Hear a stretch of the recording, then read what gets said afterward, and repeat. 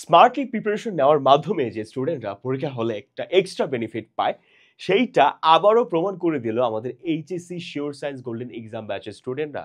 সেটা কিভাবে? তারা এইবারও ফিজিক্স সেকেন্ড পেপার কোয়েশ্চেনে এমসিকিউ পার্টে 12টা কোয়েশ্চেন হুবহু কমন পেয়েছে।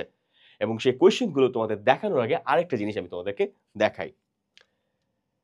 একটু মনোযোগ দিয়ে খেয়াল করো তো এই মার্কশিটটা। এটা কিন্তু এখন কোয়াইট ভাইরাল একটা মার্কশিট।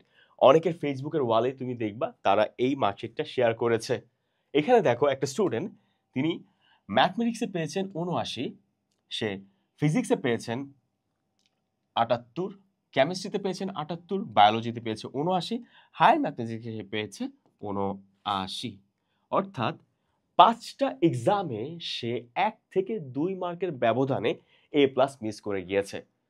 তো তোমাদের ভিতরে অনেক স্টুডেন্ট আছো যারা চিন্তা করো যে ভাই পরীক্ষার হলে যাব, যে আন্দাজে দাগায় আসবো, হয়তো বা ২৫টা থেকে ২৩টা বা ২২টা এমসিকিউ মানে একদম তুক্কায় হয়েই যাবে।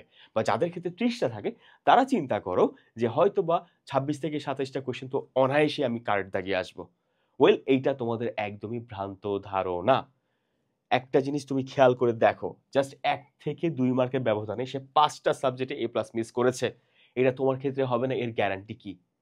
তোমরা যারা ঠিকঠাক মতো পড়াশোনা করছো না, তোমরা অবশ্যই পরীক্ষার হলে গেলে কিন্তু এইরকম সমস্যা থেকে সাফারার হবা। সো এইচএসসি ২৬ ব্যাচ এবং এসএসসি ২৬ ব্যাচ তোমাদেরকে বলতেছি, খুব ভালোভাবে বইগুলোকে রিডিং পড়ো, খুব ভালোভাবে। তার সাথে তোমার টেস্ট পেপারগুলোকে খুব ভালোভাবে সলভ করে ফেলো। এবং এরই পাশাপাশি কন্টিনিউয়াস বেসিসে নিজেকে যাচাই করো যে তুমি যেগুলো পড়াশোনা করছো, ওগুলো থেকে যদি কোয়েশ্চেন আসে তুমি কি পারবা কিনা। তো চলো এক ঝলকে আমরা দেখে নিই যে কোন সকল কোয়েশ্চেন গুলো আমাদের এই এক্সাম ব্যাচ থেকে কমন পড়লো। এই যে দেখো কোয়েশ্চেনটা, পানিকে পরিবেশের তুলনায় আরো ঠান্ডা করতে বহিস্থ শক্তির প্রয়োজন, নিচের কোন সূত্র এই ঘটনাটির সাথে সম্পৃক্ত? তাপ গতিবিদ্যার দ্বিতীয় সূত্র।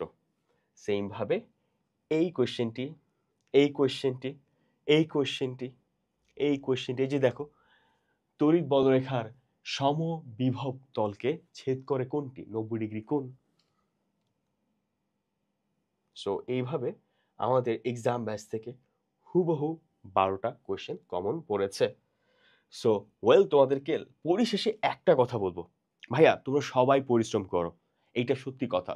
বাট তোমার যে ওই ফ্রেন্ডটা আছে যে পরিশ্রমও করে বাট সেটা স্মার্টলি করে, সে কিন্তু কম্পিটিটিভলি তোমার থেকে এগিয়ে যাবে। কারণ এখন হাড্ডাহাড্ডি কম্পিটিশন, এবং এখন মার্কের হিসাব হচ্ছে ১ থেকে ১.৫ মার্কের। তো তোমাদেরকে বলবো যে এই যে সাকসেসের গ্যাপটা, এই জায়গাটাতে আমার যদি পৌঁছাইতে হয়, আমার অন্যদের থেকে আরেকটু স্মার্টলি ডিসিশন নিতে হবে এবং স্মার্ট ওয়েতে আগাইতে হবে। তাই তোমাদের সকলের জন্য শুভকামনা। নিজেদের প্রস্তুতিকে আরেকটু ঢালাই করো। ভালোর কোনো শেষ নেই। It's a continuous process. তোমাদের সকলের জন্য আবারও শুভকামনা।